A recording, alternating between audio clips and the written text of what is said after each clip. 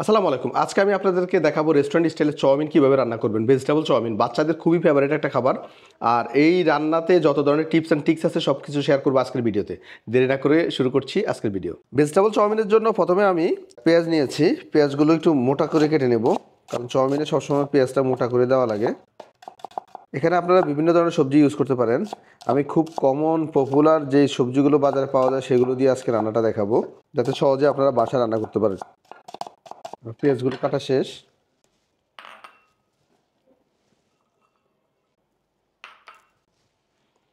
আর নিয়েছি কয়েকটা পেঁয়াজ পাতা। এটা হচ্ছে অ্যাকচুয়ালি পেঁয়াজের ফুল। এটা দুই ধরনের হয়, একটা হচ্ছে পেঁয়াজের পাতা এবং পেঁয়াজের ফুল। যদি আপনার এই স্প্রিং অনিয়ন যেটাকে আমরা বলি, মানে পেঁয়াজের পাতা যেটা, সেটা যদি হয় তাহলে আপনার রান্নার পরে লাস্ট মুহূর্তে ইউজ করবেন। আর যদি পেঁয়াজ এরকম যদি ফুল হয় তাহলে সেক্ষেত্রে রান্নার মাঝামাঝি সময় ইউজ করবেন। তা না হলে এটা কিন্তু একটু মোটা, একটু সিদ্ধ হইতে একটু সময় লাগে। আর নিয়েছি এক পিস গাজর। এখানে সবজির ভিতরে আপনারা ক্যাপসিকাম, তারপরে পাতাকপি, এই সবগুলো ইউজ করতে পারেন। নরম যত ধরনের সবজি আছে সব সবজি ইউজ করতে পারেন। আর যে সবজি কাটার পরে কালো হয়ে যায় ওই সবজি ইউজ করবেন না। তারপর ক্যারেটগুলো আমি পাতলা স্লাইস করে কেটে দিচ্ছি।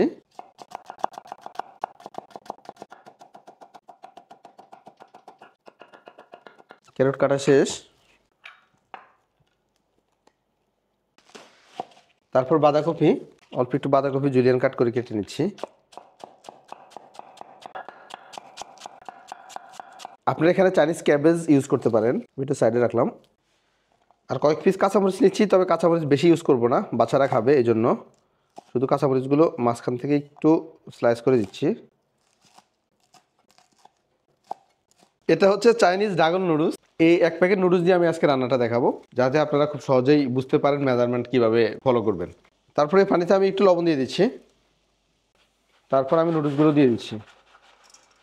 নুডলসটা পানিতে ছাড়ার পর 3 থেকে 4 মিনিট সিদ্ধ করবেন। এটা ডিপেন্ড করে নুডলসের থিকনেসের উপর। নুডলস যত বেশি মোটা হয় সিদ্ধ করতে অত বেশি সময় লাগে। তবে নুডলসের প্যাকেটের গায়ের উপর লেখা থাকে কয় মিনিট সিদ্ধ করবেন। এখানে লেখা আছে 4 থেকে 5 মিনিট। আমি অপেক্ষা করতেছি 4 থেকে 5 মিনিটের জন্য। তারপর নুডলসটা সিদ্ধ হয়ে গেছে, প্রায় 4.5 মিনিট সময় লেগেছে। আমি একটু সয়াবিন তেল দিয়ে দিচ্ছি উঠানোর আগে, অল্প একটু সয়াবিন তেল। তারপর নুডলসগুলো আমি স্টেন করে নিচ্ছি। তারপর আমি এখানে প্রায় 3 টেবিল স্পুনের মতো সয়াবিন তেল দিয়ে দিচ্ছি। সাথে 3টা ইনগ্রিডিয়েন্টস একসাথে দিতে হবে: রসুন, পেঁয়াজ এবং কাঁচামরিচ। কারণ এই 3টা ইনগ্রিডিয়েন্টসের যে কম্বাইন্ড ফ্লেভার থাকবে, কম্বিনেশন ফ্লেভারটার কারণে আপনার নুডলসের গ্রানটা এক্সেপশনাল হবে। এটা অবশ্যই মাথায় রাখবেন। যখনই আপনারা বাসায় নুডলস রান্না করবেন তখন পেঁয়াজ, রসুন এবং কাঁচামরিচ এই 3টা ইনগ্রিডিয়েন্টস একসাথে কড়াইতে দিবেন। এটা হালকা একটু 1 থেকে 1.5 মিনিট সতে করে নেবেন। সতে করার পর আমি আরেকটু হালকা তেল অ্যাড করতেছি, বেশি তেল ইউজ করব না। তারপর দিচ্ছি গাজরগুলো।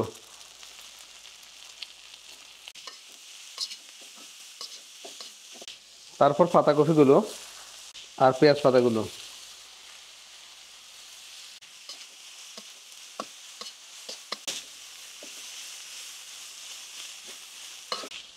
তারপর আমি নুডলসগুলো ঢেলে দিচ্ছি।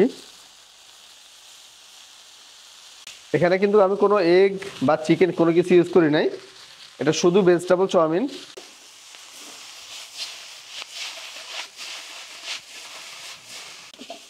কড়াইতে দেওয়ার পর অবশ্যই একটু সতে করে নেবেন।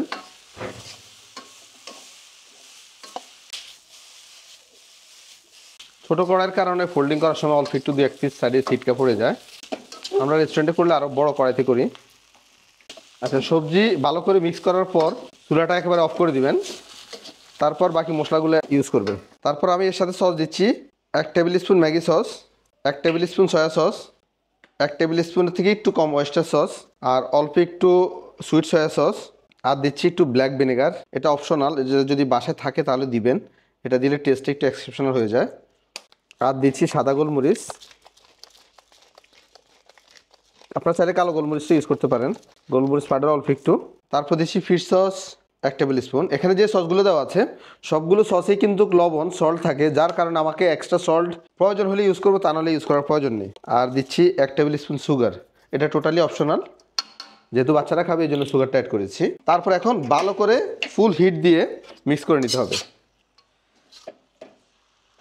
তবে এই সময়টা চুলার আঁচ কম দেওয়া যাবে না। আপনারা শুধু এভাবে একবার রান্না করে দেখেন, যদি ভালো না লাগে তাহলে আমাকে কমেন্টস করে বলবেন, খুবই এনজয় করতে পারবেন।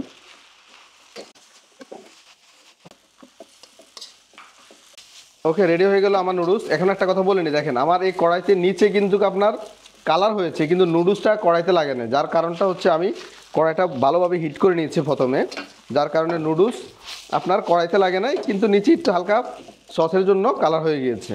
এই স্টাইলের কড়াইতে আপনারা রান্না করলে অবশ্যই এই ব্যাপারটা একটু নজর রাখবেন। এখন আমি প্লেটিং দেখাচ্ছি। এখন নুডলসটা প্লেটিং করার জন্য আমি একটা প্লেটে নিয়ে নিচ্ছি।